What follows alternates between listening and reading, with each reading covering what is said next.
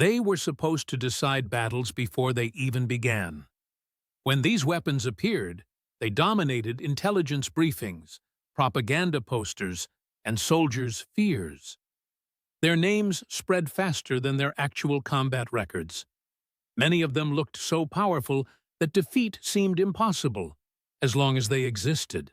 But behind the scenes, away from newsreels and legends, a different story unfolded. Engineers struggled. Crews complained. Commanders quietly adjusted expectations. These weapons were not always failures, but their reputations grew far beyond what they truly delivered. This is a countdown of the most overhyped weapons of World War II, moving steadily from disappointment to illusion and ending with the weapon whose legend most dramatically outweighed its real impact. Number 10 is the PaK-4-3 anti-tank gun. On paper, it was one of the deadliest guns of the war. It could penetrate almost any Allied tank at long range, and enemy crews respected its raw power. Behind the scenes, however, the gun was a logistical burden. It was extremely heavy, difficult to conceal, and slow to bring into action. Moving it required specialized tractors that were often unavailable or already destroyed. Once emplaced, repositioning under fire was nearly impossible. During retreats, crews frequently had to abandon perfectly functional guns because they could not move them fast enough. The PaK-4-3 was deadly when everything went right, but war rarely allowed that luxury. Number 9 is the Jagdtiger. Visually, it was overwhelming. Massive armor. An enormous gun. On photographs alone, it looked invincible. But behind the scenes, it was plagued by mechanical problems. Its final drive was overstressed by its weight. Fuel consumption was extreme at a time when Germany could barely supply its frontline units.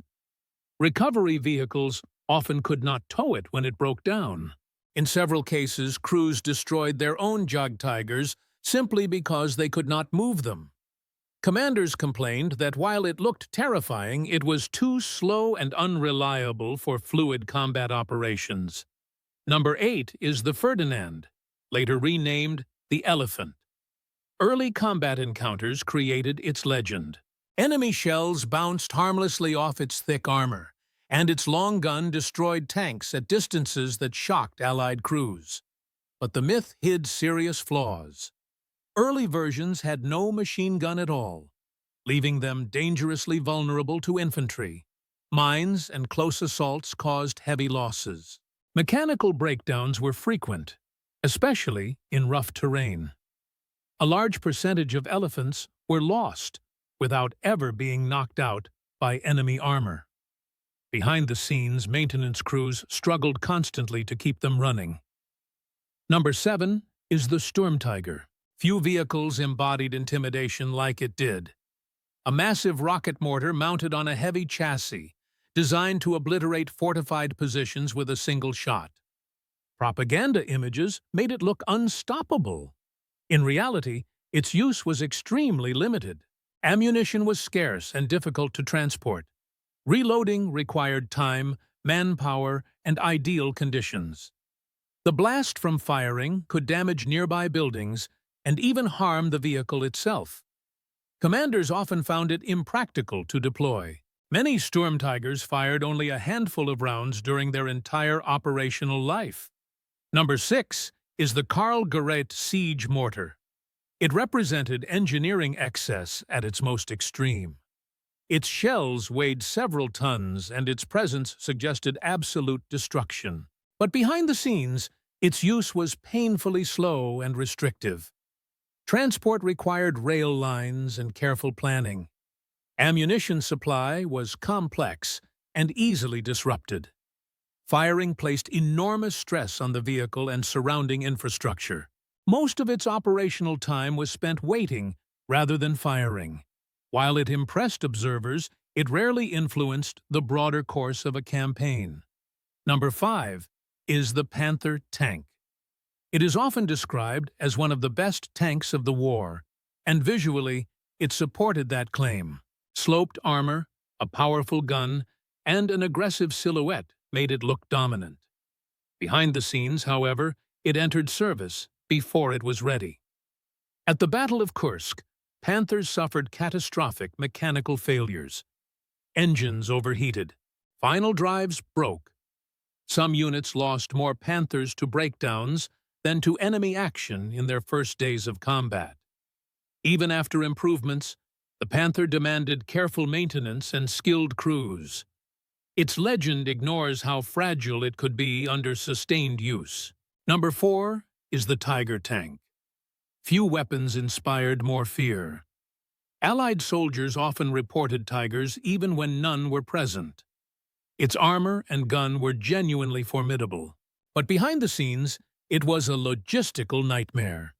It was expensive to produce, slow to manufacture, and consumed enormous amounts of fuel.